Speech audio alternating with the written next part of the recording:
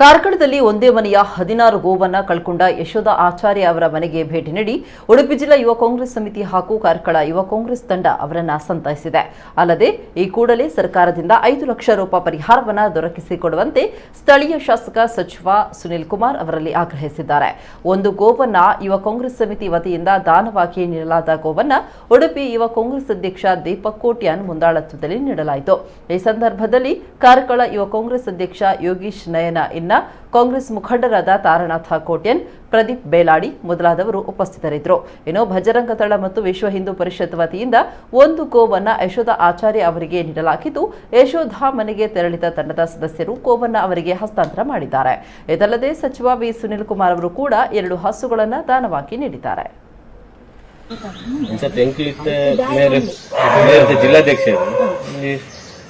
ಇದಕ್ಕೆ ಸರ್ಕಾರದ ಒಂದು ಕಮ್ಮಿ ಬಂಡಲ 5 ಲಕ್ಷ ಬಂಡಲ ಪರಿಹಾರ ಕೊಡು.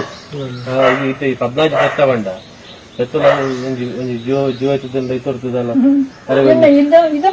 ಇಲ್ಲ ಅದು ಬಾಪುಡು ಬ್ಯಾಂಕ್ಲು ನಮ್ಮ ಇರ್ನ ಬಂಗ ಗೊತ್ತು 14 ಬೆತ್ತ ಹೋತನ ಇದು ಬೇಣಿರಿಗೆ ಗೊತ್ತಾನೆ ಎಂಕುಲು ಏನೋ ಒತ್ತಾಯ ಮಾಡ್ಬೋದು ಎರೆರಿಗೆ ಒತ್ತಾಯ ಮಾಡ್ಬೋದು ಎರೆರಿಗೆ ಕಂಪ್ಲೇಂಟ್ ಪ್ರೆಷರ್ ಮಾಡಿ ಏರು ಸತ್ತ ಅವಡ ಪೂರ ಎಂಕುಲು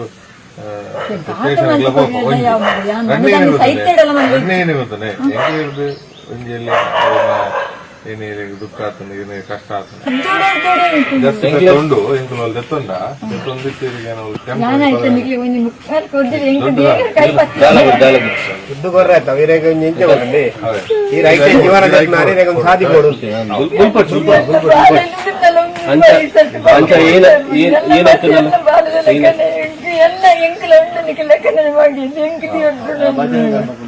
ಅವೇ ಈರಲ್ಲಿ ಒಂದು ಮಾಲ್ ಕೊಡ್ಸಿ ಎಂಕುಲು ಕಡ ಪಡೆದು ಕೊಡ್ಪ ಅವೇ ಬರ್ಪಮ್ಮ ಅವೇ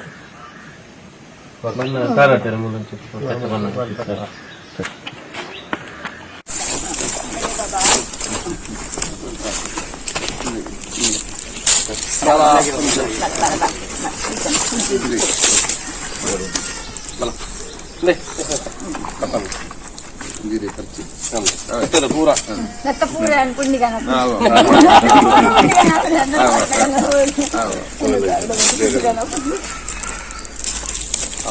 ಎಂಟು ಗಂಡಿದ್ದಿಲ್ಲ ನನ್ನ ಜನ ದೋಕ್ಲೆ ಬನ್ನಿ ಕಮ್ಮಿ ಯಾರು ಅಲ್ಲಿ ಬರ್ಪ